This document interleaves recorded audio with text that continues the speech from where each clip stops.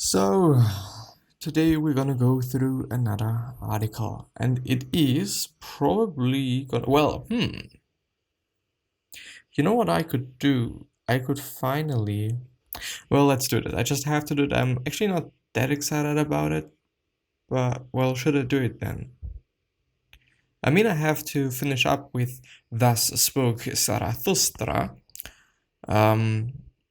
sometime, and well, I actually don't want to do it now, so I'm not gonna do it now. Let's see what article I can find relatively quickly, from the howtobeastoic.com site, which I have seen is the thing is, I don't want my YouTube channel or podcast to be solely about Stoicism. I don't think that this is the best way to go. I do want to have multiple things I want to do because I like doing different things, as fun as it may sound, which is also kind of a, not stressful, but bad thing as well, because, then deciding what to do, especially when it comes to studying something, it's not easy. It really is not. But history and biographies, this is always amazing, to be honest. This is always something amazing. So let's see. A simple Stoic timeline? Nope, nothing of interest. Heraclitus, the weeping philosopher. Well, let's actually go through Marcus Aurelius, A Guide for the Perplexed, which is a book by William O. Stephens, whatever. Yeah, let's see. So Marcus Aurelius Antonius Augustus, probably one of the few philosopher kings. Emperor in the history of the world, is a fascinating figure. Despite being one of the most famous Stoics, he was not a philosopher and teacher like Zeno, Chrysippus, or Epictetus. Unlike Seneca, he wrote just one book, which is the Meditations, which was actually addressed to himself, meant as a personal diary of philosophical reflection, not to instruct others, let alone as a treatise on Stoic philosophy. He was, by all accounts, an extraordinary man who tackled some of the greatest challenges the Roman Empire had to face, including a war against the irreducible Parthians, and another one against a coalition of German tribes led by the Marcomanni. What? By the Marcomanni? I don't know them. Anyway, an internal rebellion by one of his most trusted governors, and a plague that killed 2 or 3 million people. He didn't want to be an emperor, but he leaned on his philosophy to do the best job he could, and ended up in the disastrous choice of his son Commodus to take up the purple mantle. But see here for a nuanced analysis of that episode, a decision that ended the prosperous and relatively peaceful age of the 5 good emperors, and the last one being Marcus Aurelius, of the Nerva Antonine dynasty. Nerva Antonine. It's like from Nerva to Marcus Aurelius, Marcus Aurelius being named Antonius Augustus and Antonin. Well, anyway. My friend and collaborator Greg Lopez chose Marcus as this year's theme for his regular Stoic meetup in New York City, and I will focus on the meditations in the upcoming summer Stoic school in Rome. So it makes sense we started things off by reading William Stephens' Concise but highly informative Marcus Aurelius, Concise but highly informative Marcus Aurelius, A Guide for the Perplexed, Bloomsbury, 2012. The book is logically organized in 5 chapters. The first one provides readers with the biography and historical context of Marcus' life. The second one discusses the 2 major influences in the Meditations, the pre-Socratic philosopher, which is Heraclitus, and of course Epictetus. The third through the 5th chapters develop 3 major themes in Marcus' philosophy: wholes and parts, time, transience, and eternity. Transience, transience. And virtues, vices, and junk. I want to comment here on the influences of Heraclitus and Epictetus and Marcus, briefly cover the three major themes in Marcus' philosophy, and then point out a nice feature of the last 3 chapters of Stephen's book, which I definitely recommend, even for people who are somewhat familiar with both Stoic philosophy and with Marcus Aurelius in particular, which might be applicable to me, but anyway. Heraclitus is the oldest known source about the Logos, a crucial, complex Stoic concept which was common to a number of Greco-Roman philosophies and which was later imported into Christianity.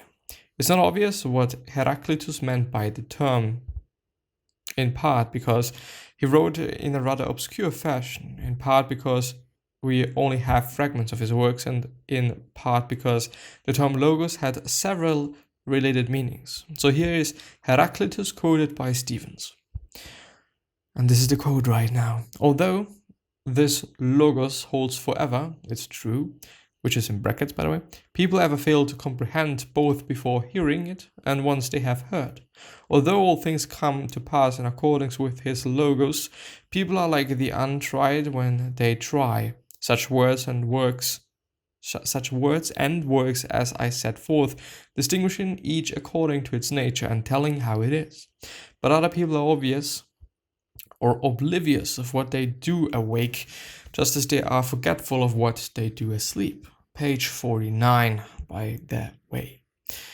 Nonetheless, Stephens provides a nice summary of the major meanings of logos in Heraclitus. It can mean, the first, Heraclitus' own discourse, the second, the nature of language, and the third, the structure of the psyche, or the fourth, the cosmic law according to which everything happens.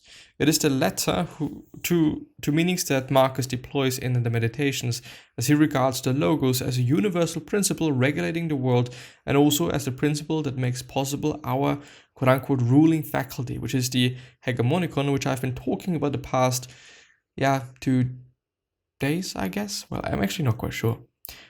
The improvement of which is a major goal of Stoic training. Nowadays, we may interpret the logos as the observation that the laws of nature are rationally understandable, or not mutually exclusively. The biological structures that make possible for human beings to exercise judgment, i.e. the frontal lobes of the neocortex, So the hegemonikon being the part of the brain that makes decision making, as far as I can remember, it is like, okay, when I do this and that, what is gonna possibly happen, Which is also one of the reasons why children often make pretty dumb decisions, because their hegemonikon, which is in the front lobes of the brain, they are not fully developed, and so they have quote-unquote difficulties with deciding whether an action they are going to take or they are about to take is going to lead to something good or bad, quite. Most interestingly, fragment XXX from Heraclitus concerns the idea that human beings ought to work for each other's benefit, precisely because they all partake in the logos. This idea is taken up repeatedly by Marcus, for instance, here. Where the end is, there also is the advantage and the good of each thing. Now the good for the reasonable animal is society. And the Stoics have also been talking about like being legs and arms, of society, and which means being a part of it and acting as a whole group rather than an individual, which is highly and heavily negatively connotated, me saying that.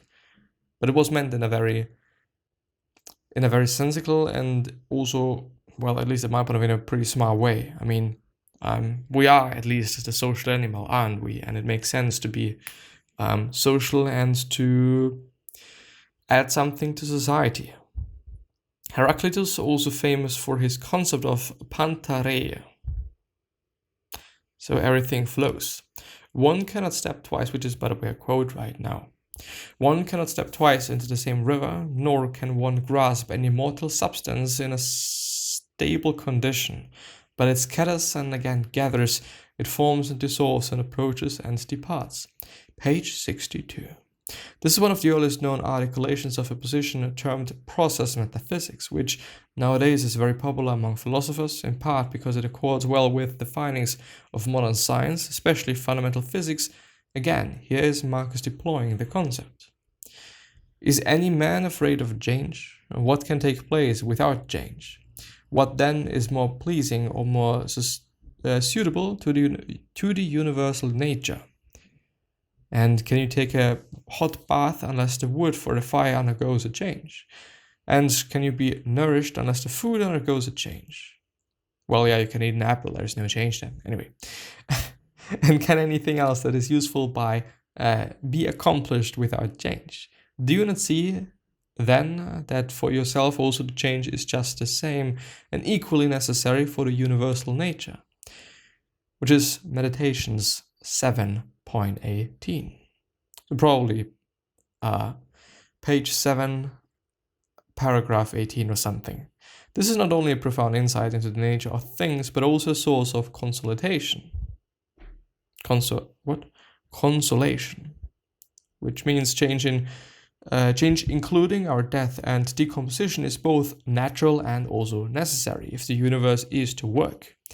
Just as astronomer Carl Sagan famously reminded us that we are literally made of stardust, so we are reminded by Heraclitus and Marcus that the elements that make up our body will be recycled in the universal flow of things. The second major influence on Marcus apparent all over the Meditations is that of Epictetus. Indeed, Marcus acknowledged it right at the beginning in Book 1, where he thanks his teacher Quintus Junius Rusticus for having given him his own copy of the Discourses, which is right, because I've read parts of Meditations, out of interest. Well, as Stevens points out, Epictetus is mentioned directly in 7.19, and he is paraphrased in the last 7 entries of Book 11, which concludes with a reference to brief dialogue that is likely taken from a lost book of the Discourses. And there's a quote: Epictetus' direct, unvarnished style of calling a spade seems to have influenced Marcus' method of clear-eyed scrutiny of objects in front of him. Page 68. One of the ways in which Epictetus influences Marcus is in a certain degree of disdain for the body. This doesn't come from any misguided sort of dualism, but rather from the observation that while we share the possession of a body with all other animals, human beings are unique in having a mind capable of rational thought.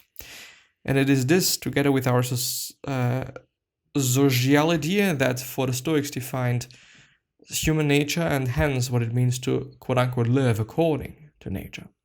Another important aspect of Marcus' philosophy, well, what's the time? What is the time? Can you please give me I think it's actually not that much, 10 minutes maybe, 13 minutes. Well, before I actually start with another important aspect, which probably is another point, I'm gonna end the episode here. I do hope that I've been able to share some things of interest. It certainly is interesting to see where Marcus Aurelius, him himself being a very popular and amazingly competent person, where he draw information from and also knowledge and motivation and insights and so on and so forth, which is, highly interesting. And well, yeah, maybe it also makes sense to have a look at Epictetus and all the other people that he acknowledged in Book 1. And by the way, you can find a free copy of Meditations somewhere online, also legally, by the way. I think the archive.org should be having one or something. I actually don't know, but it should be the case. But maybe it also makes sense to have a look at those people and decide whether the people that you're surrounding yourself with kind of are similar in some ways. But yeah, I'm gonna see you the next time. Bye-bye.